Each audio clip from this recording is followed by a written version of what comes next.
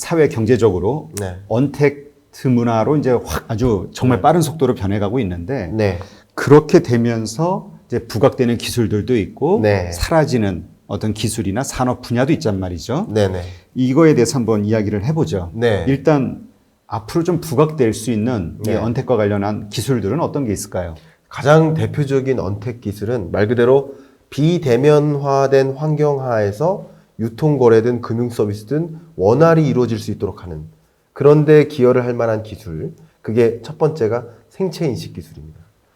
생체인식 기술은 앞서 말씀드렸던 것처럼 이 키오스크에도 이미 도입이 되고 있는 상황입니다.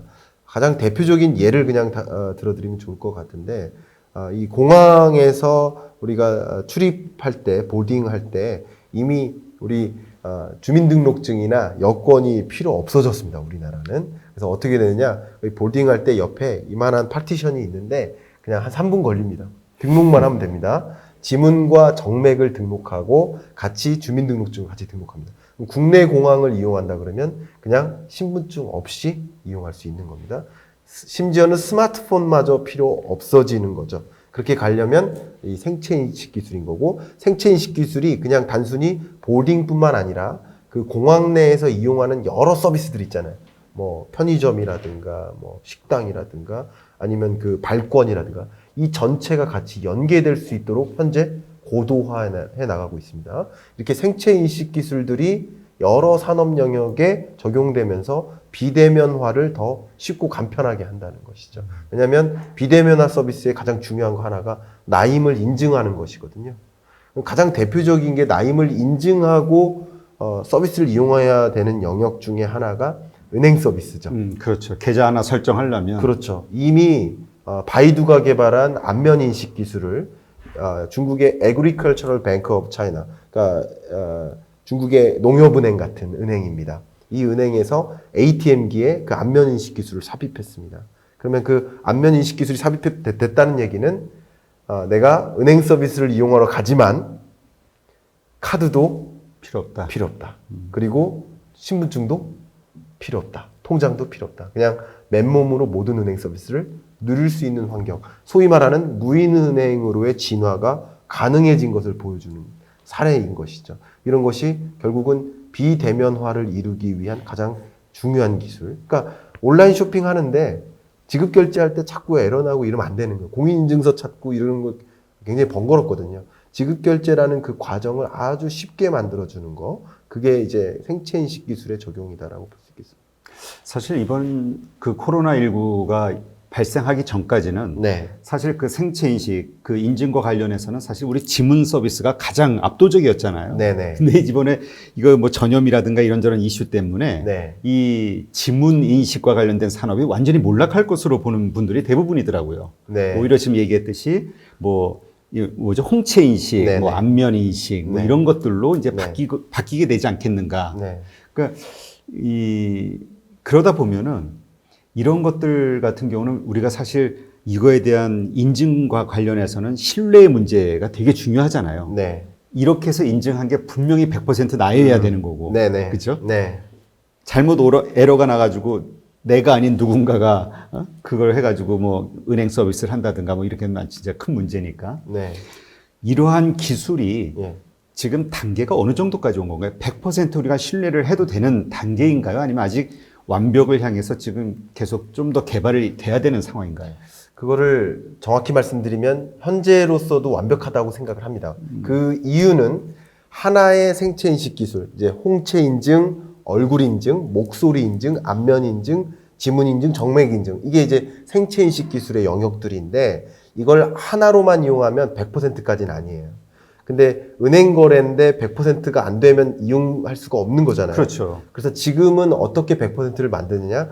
두 가지 기술을 교차 적용하는 거예요. 뭐 2단계로 1단계 이거, 2단계 이거. 그래서 가장 쉬운 게 안면 인증이나 홍채 인증과 목소리 인증을 같이. 그러니까 홍채와 안면 인증 혹은 목소리 인증 이런 여러 가지 생체 인식 기술을 교차적으로 적용하는 겁니다. 그래서 앞에 제가 공항을 이용하는 것도 신분증을 대체한 이유가 정맥과 지문을 같이 등록한 거예요. 그래서 손바닥을 대면 그걸 동시에 인증하기 때문에 절대 100% 오류가 나타나지 않는 거, 교차 적용했을 때. 예. 그리고 이제 지금 한 가지 좀 더 나아가는 게, 예를 들면 대표적인 게 OK 구글인데요. OK 구글이 이미 송금 서비스에 있어서는 앞서가고 있습니다. 그걸 이제 언번들링이라는 표현을 쓰는데, 이게 무슨 말이냐면 금융 서비스의 영역들이 뭐 수백 가지 있다면 구글이 모든 금융 서비스를 다 하는 게 아니라 송금이라는 영역만 내가 제일 잘할게, 이거예요. 예를 들면 이런 거죠. OK 구글, 임수열 대표님께 5천만 원 송금해드려 좋은데. 하면 송금이 이루어지는 건데, 이거는 지금 현재 목소리 인증 기능까지 왔어요. 다만 현재 이것을 이 AI 스피커와도 연동을 시키는 과정에 있는데, 그러면 뭐가 문제냐면 다른 사람이 여기서 목소리로 얘기하면 구분을 못 할 수가 있잖아요. 다른 사람이 OK 구글 얼마 나한테 송금해줘 이렇게 할 수도 있잖아요. 그렇기 때문에 그걸 화자 인증 기능이라고 하는데, 그런 것까지 고도화가 되고 있는 중입니다. 이게 제가 보기엔 2021년에 그게 상용화될 것으로 보여져요. 이런 식으로 여러 생체 인식 기술들이 교차적으로 활용되면서 100%를 만들어 나가는 과정이다, 이렇게 말씀드리겠습니다. 네. 그러면 네. 이런 그 언택과 관련해서 이제 뭐 기술들이 계속 뭐 아주 빠르게 발전하고 있으니까 네. 요즘 뭐 금융과 관련해서 비대면으로 좀 아주 급속도로 개발된 기술이 있다고 하니까 그거 한번 제가 한번 소개를 해드리겠습니다. 이게 제가 직접 특허청에서 이 기술 기업 시엔테크라는 기업의 이 기술을 한번 그 평가를 한 적이 있었어요. 대표님, 이 그림을 보시면 이거 어디에 쓰는 물건이라고 생각이 드세요? 글쎄요. 모르겠네요. 요만합니다. 사이즈가 요만합니다. 사물 인터넷 기술이고요. 이게 뭐냐면 중소기업들이 보통 대출을 받고자 할 때 뭐 예를 들어서 부동산이 있으면 부동산 담보 대출을 받을 수 있지만 중소기업들은 그 소위 말하는 부동산 자체가 없잖아요. 그러니까 대출을 받기가 굉장히 어렵거든요. 중소기업들이 갖고 있는 자산이라 한다면 부동산 말고 동산들이 있을 거예요. 중요한 집기, 공장 설비, 이런 걸로 담보대출을 받으면 좋긴 좋을 텐데 지금까지 담보대출이 안 이루어졌습니다. 왜냐하면 동산의 정의가 움직이는 것이기 때문에 유실될 수도 있고 화재가 나면 그 가치가 없어질 수도 있어요. 그러면 만약에 동산의 담보를 설정했다면, 만약에 했다면 은행원이 거기를 매일 출근해야 될지도 몰라요.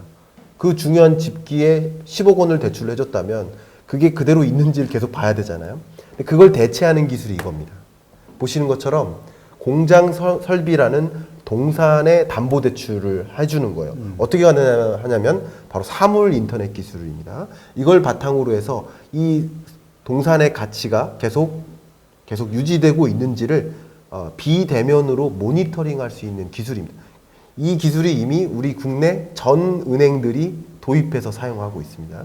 이렇기 때문에 금융산업의 규모가, 비대면 금융산업의 규모가 계속 늘어나고 있는 건데요. 제가 사물 인터넷 기술을 아마 제가 처음 최초로 소개해드리고 있는데 시청자 여러분들께 좀 재밌게 쉽게 좀 설명을 해드리고 싶어요. 우리 키를 많이 분실하시죠? 예. 그럼 키를 찾고 싶으면 어떻게 하느냐면 간단한 사물 인터넷 기술을 제가 시연하고 싶습니다. 제가 키가 여기 있는데 어디 있는지 못 찾아요. 근데 여기서 이거 찾으면, 누르면 이 키와 연동이 됩니다.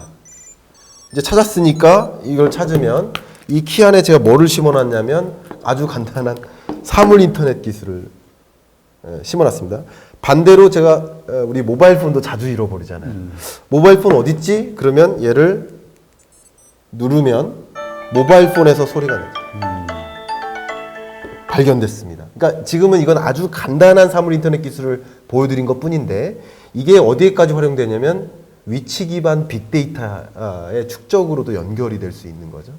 그래서 이게 인권 문제만 해결이 된다면, 예를 들면 성범죄자들의 그런 이동 경로를 축적을 한다든가, 지금 자가격리 환자들을 정확하게 모니터링 한다든가, 물론 인권 문제가 있지만 이런 것들이 어느 정도 해결이 된다면 그런 식으로까지 확장될 수 있겠다는 생각인데, 이런 여러 가지 사물 인터넷, 인공지능, 빅데이터, 생체인식 기술, 이런 기술들이 맞물리면서 소위 말하는 언택 서비스가 확대된다는 거죠.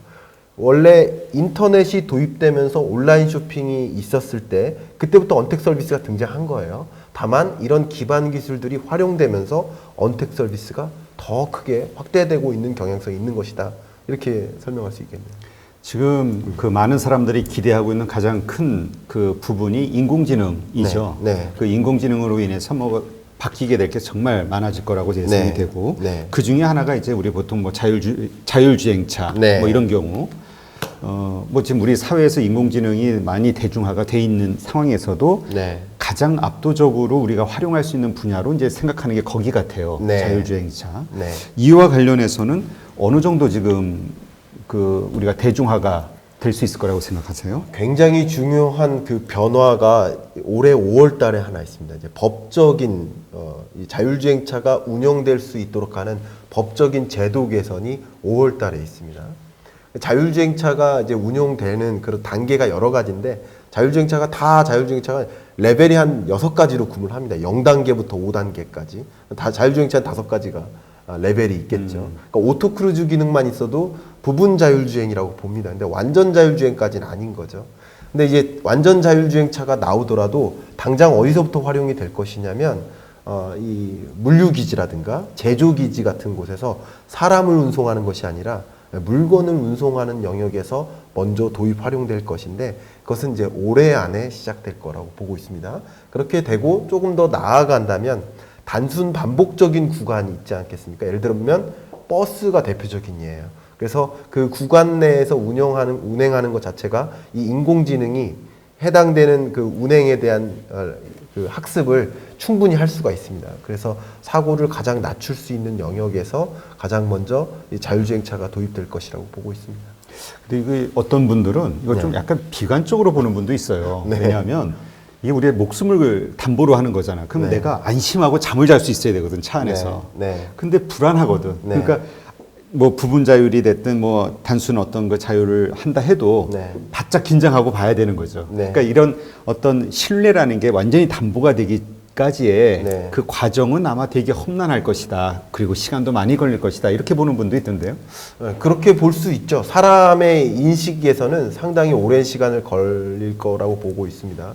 마치 우리가 대표님 어린 시절에 물을 돈 주고 사 먹을까 상상하셨습니까? 아, 그때는 말도 안 되는 얘기죠. 말도 안 되는 거죠. 공기를 돈 주고 사 먹을까 상상하셨습니까? 그렇죠. 근데 지금은 공기를 돈 주고 사 먹잖아요. 공기청정기 놓고 정수기 놓고 미세먼지 마스크 쓰고 공기를 돈 주고 마시는 거예요. 지금은 마치 그런 것처럼 그 예전에는 상상하지 못했던 일들이 받아들여지는 거라고 보고 있는데 자율주행차의 도입도 그런 기술적인 그리고 규제적인 그리고 전통산업과의 갈등도 한 가지 있고 그리고 이 소비자들의 수용 이런 것들도 많이 남아 있다고 볼 수 있는데 그런 것들이 뭐 지금 단계는 아니지만 마치 이런 겁니다.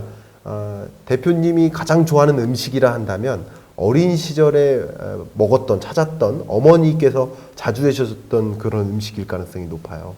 그런 것처럼 이 밀레니얼 세대들은 처음부터 특히 Z세대 같은 경우는 처음부터 자율주행이 운영되는 것을 보고 자라요.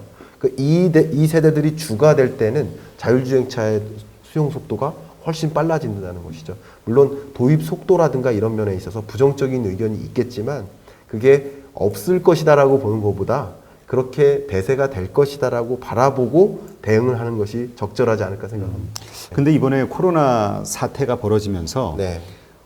이 우리가 소위 말하는 그 새로운 성장 산업들, 미래 산업들에서도 이렇게 좀 뭔가 변화가 크게 일어나는 것 같아요. 예를 네. 들면은 이런 자율 자동차, 자율 주행 자동차 네. 이런 것들 때문에 예를 들어서 우리 공유 자동차 이제 운전기사들의 어떤 그 급여라든가 뭐 복지 문제 이런 것 때문에 지금은 뭐 투자 가치가 약하지만 네.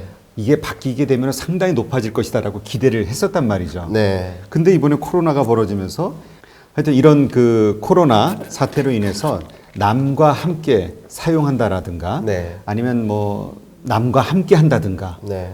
뭐 남의 손때가 묻었다든가 이런 것들을 사용하거나 같이 참여하는 거에 대해서는 이제 뭔가 그 거부감이 생기는 어떤 환경이 됐잖아요. 네. 네. 그래서 이제 언택 문화가 떠오르는 건데 네. 이 언택 문화, 이 코로나 때문에 뭔가 좀 더 부각되거나 네. 아니면 이렇게 좀 주저앉거나 네. 이런 분야는 뭐 떠오르는 게 있으신가요?